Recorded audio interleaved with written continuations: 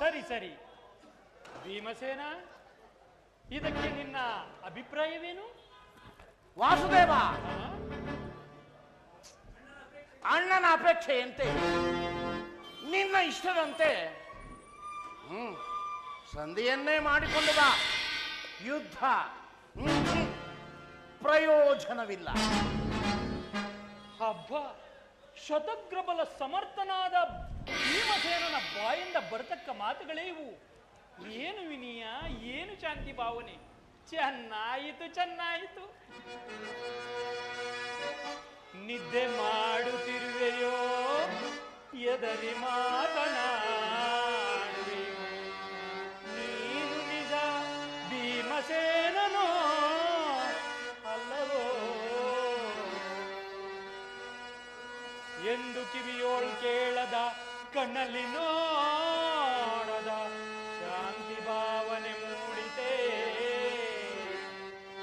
ಭಾವ ವಾಯುನಂದನ, ಅಂದು ಕುರುಸಭೆಯೊಳ್ ನಿನ್ನ ಸತಿ ಪಾಂಚಾಲಿಯ ಪರಾಭವ ಜರುಗುವ ವೇಳೆ ತೀವ್ರ ಕೋಪಾವೇಶದಿಂದ ದುರ್ಯೋಧನನ ತೊಡೆ ಮುರಿವೆನೆಂದು ನಿನ್ನ ಸತಿ ಶಿರೋಜವಂ ಹಿಡಿದೆಳೆದಂದ ದುರ್ಳ ದುಶಾಸನನ ಹೃದಯವಂ ಸೀಳುವೆನೆಂದು ಮಾಡಿದೆ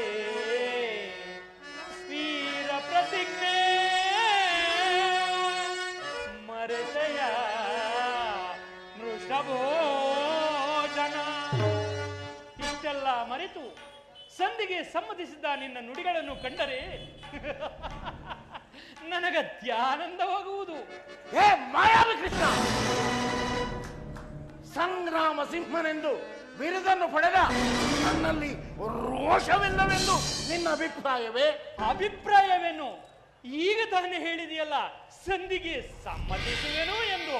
ಹೌದು, ಈಗ ಮಾತ್ರ. ಎಲ್ಲವೋ ಅಸಂದರ್ಭ. ಅಣ್ಣನ ಮಾತಿಗೆ ಪ್ರತ್ಯುತ್ತರವನ್ನಾಡಬಾರದೆಂದು ಹೀಗೆ ಹೇಳಿದನು, ಅಥವಾ ನಮ್ಮಲ್ಲಿ ಪರಾಕ್ರಮವಿಲ್ಲವೆಂದು ಹೀಗೆ ಹೇಳಿದನು. ಗೋಪಿಕಾಂಗನೆಯ ಮನೆಯಲ್ಲಿ ಬೆಣ್ಣೆ ಮುದ್ದೆಗಳನ್ನು ಕಲ್ಲು ತಿನ್ನುವ ಮುಖದಿಂದ ಮಾಯಾವಿ ನಿನಗೇಕೆ ಅರ್ಥವಾಗುವುದು ಈ ವೀರದ ಪರಾಕ್ರಮ? ಚಚೆ, ಅಪಮಾನ ಅಪಮಾನ, ಸಹಿಸಲು ಅಸಾಧ್ಯವಾದ ಅಪಮಾನ.